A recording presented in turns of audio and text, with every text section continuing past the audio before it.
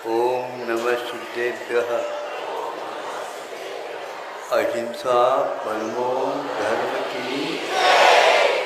आचार्य गुरुवर श्री ज्ञान सागर मुनि महाराज की।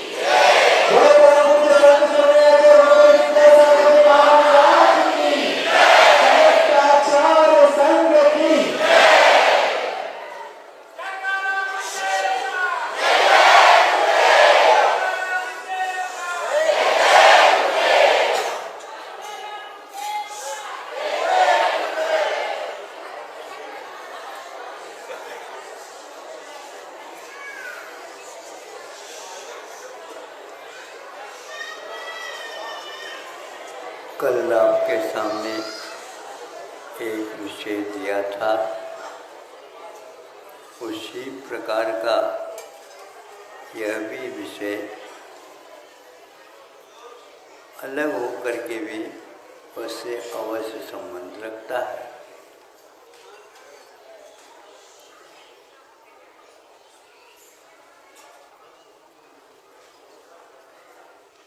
यह एक लेख पढ़ा था,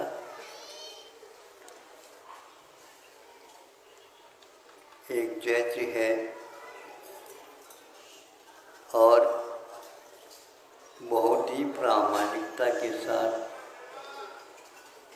न्याय करने में कुशल थे। सब लोगों को उनके न्याय निर्णय का आदर था। उनको बहुत ही श्रेष्ठ व्यक्तित्व के रूप में जनता स्वीकारती थी।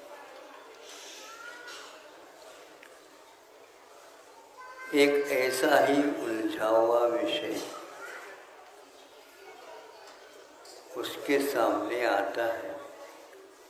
उसके विषय में उसने काफी परिश्रम करके घोषणा तैयार की थी।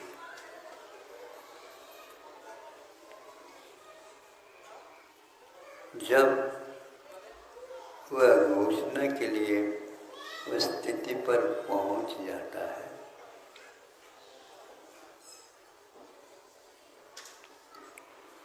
तो बस चालू करना था।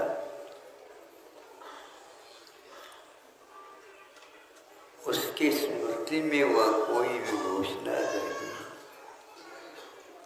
आप सुन रहे हैं? सावधानी से सुनिएगा। मैं इसलिए लौकिक उदाहरण दे रहा हूँ और देता हूँ ताकि आप लोग धर्म में भी क्या वस्तु है इसके बारे में सोच सकें। कोई किसी को बाध्य करो तो वह कार्य करने के लिए तैयार नहीं होता, फिर भी बाध्य करोगे तो इसकी इच्छा नहीं होती। तो वह विस्मृति से चकित हो गया। ये कैसी बात है, आज तक जीवन में ऐसी घटना नहीं घटी, किंतु आज तो वह सामने घट रही है। भूमिका बन गई घोषणा की, किंतु स्मृति लुप्त हो गई। फिर इसके उपरांत दूसरे केस की अपेक्षा से हमने उसको प्रकारांतर से किसी को ज्ञात न हो, इस प्रकार दूसरे काम करके उस दिन घोषणा के बारे में, निर्णय के बारे में उसका मन थोड़ा सा हतोत्साहित जैसा हो गया। जज होकर के हतोत्साहित होना ये भी मायना रखता है। प्रतिभा संपन्न विद्यार्थी हो, विश्वविद्यालय में उसका अधिकार हो, प्रसिद्धि हो, आज तक वह प्रथम श्रेणी में आने वाला लड़का, और यदि उसके स्थान पर दूसरा कोई आता है तो उसको उससे कभी वैर या द्वेष नहीं होता, किंतु आखिर क्या कमी रह गई जो मैं निकल नहीं पाया। तो उसी प्रकार उनको लगा, दूसरे दिन करने का विचार था, उस दिन भी उसको सफलता नहीं मिली। तीसरे दिन तैयारी तो पहले से की,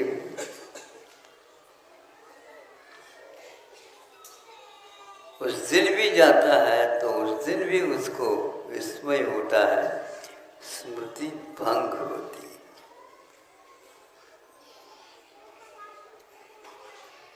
याद करने की बात ही नहीं हो तो घोषणा करने की बात थी।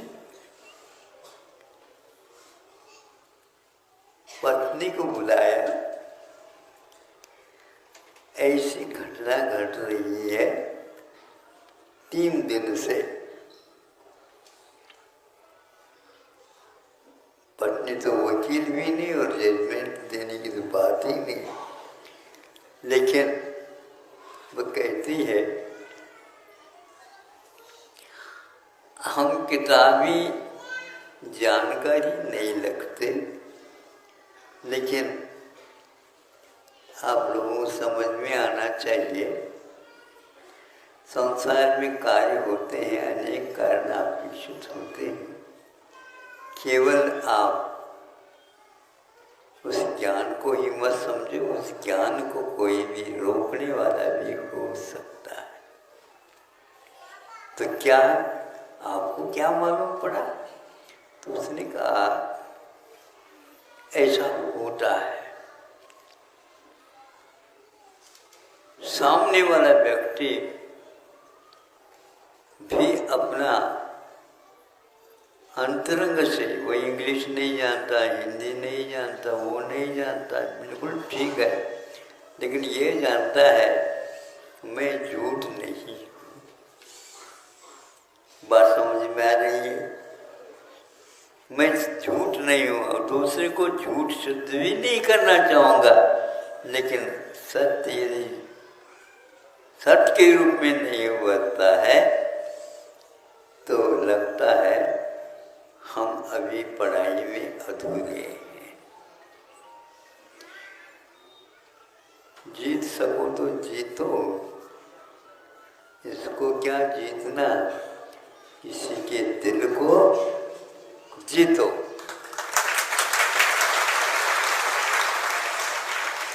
हमारी विजय और हमारी हार ये निश्चित है। ऐसे घने कर्म किए हैं, सघन कर्म हैं, इसमें कोई संदेह नहीं, किंतु उसके विपाक के बारे में जो सोचते हैं, ग्रंथों के प्रति अपने आप ही बहुमान हो जाता है। वर्षों पूर्व केवली भगवान ने, तीर्थंकरों ने घोषणा की, आज भी वह परंपरा से, आचार्यों से होते हुए हमारे सामने विद्यमान। बहुत आस्था के साथ आप लोग यहाँ पर शास्त्र दान की अपेक्षा से सोचते हैं। क्या सोच रहे? नहीं, जिनवानी है यह जिनेंद्र भगवान के द्वारा बताया हुआ मार्ग, इसमें कोई भी कमी नहीं है। ये विश्वास करना ही बहुत बड़ा पुरुषार्थ। तो क्या हुआ, सामने वाला व्यक्ति भी बोलता है, लेकिन उसकी तरंगे आकर के आपसे टकराएगी, और तरंगे यदि टकराती हैं तो जल की स्वच्छता होते हुए भी उसमें कुछ भी देखने को नहीं उपलब्ध होता। फिर इसको कैसा किया जाए? और इसके बारे में सोचिएगा। सोचना तो आपको है, घोषणा आपकी करना है। फिर बाद में वह और सोचता है कि इसमें क्या हो सकता है।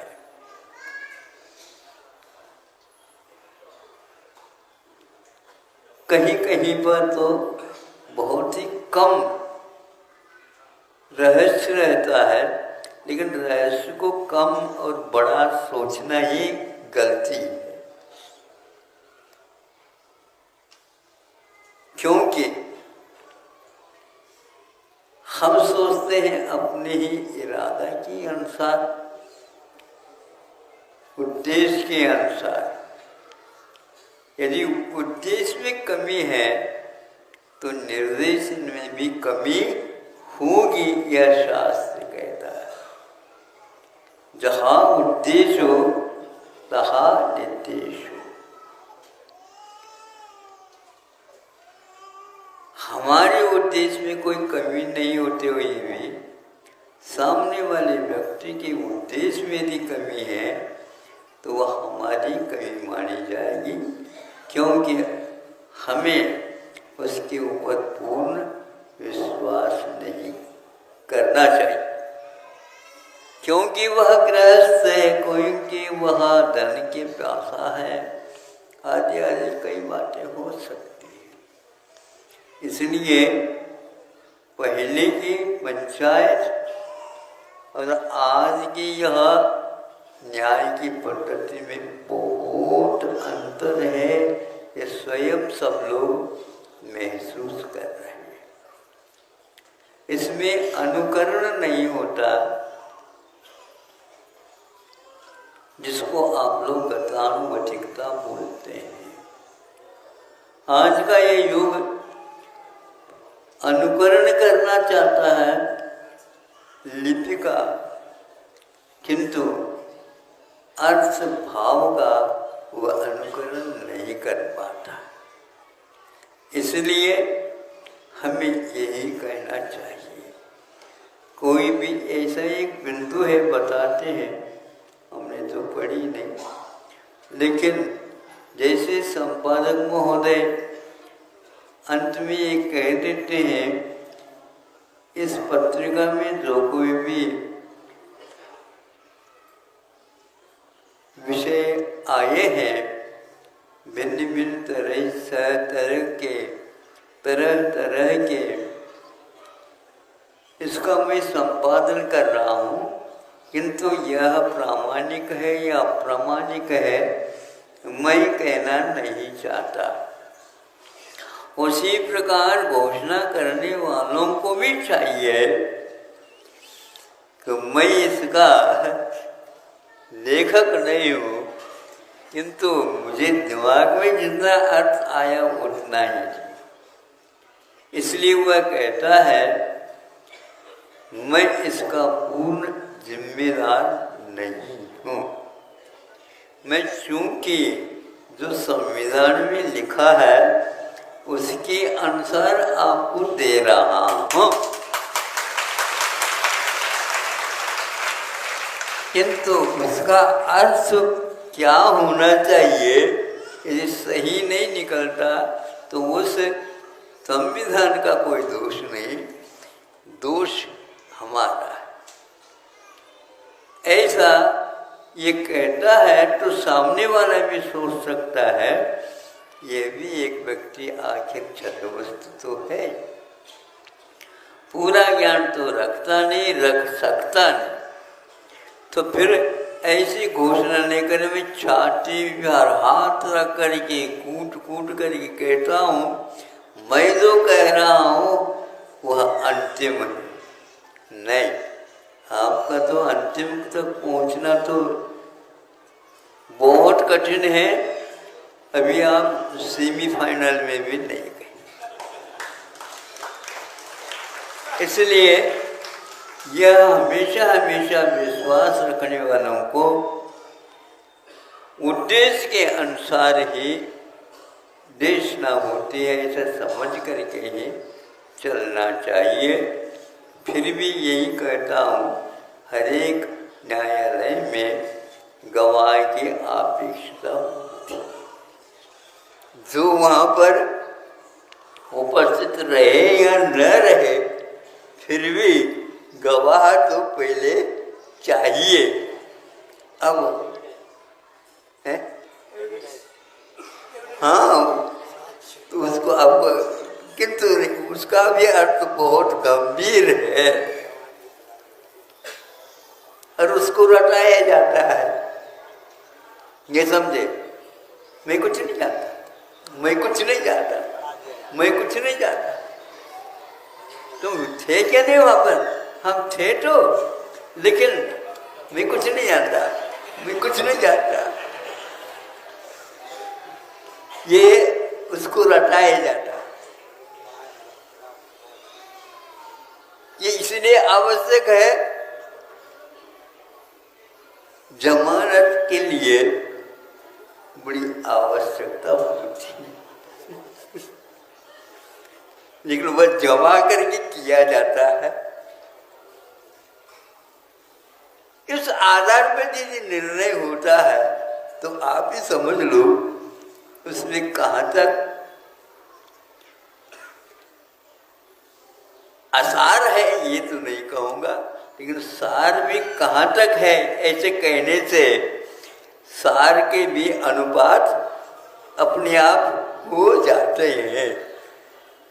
ज़्यादा तो नहीं कह सकता, आपकी स्वतंत्र सत्ता है और मेरी भी सत्ता स्वतंत्र है।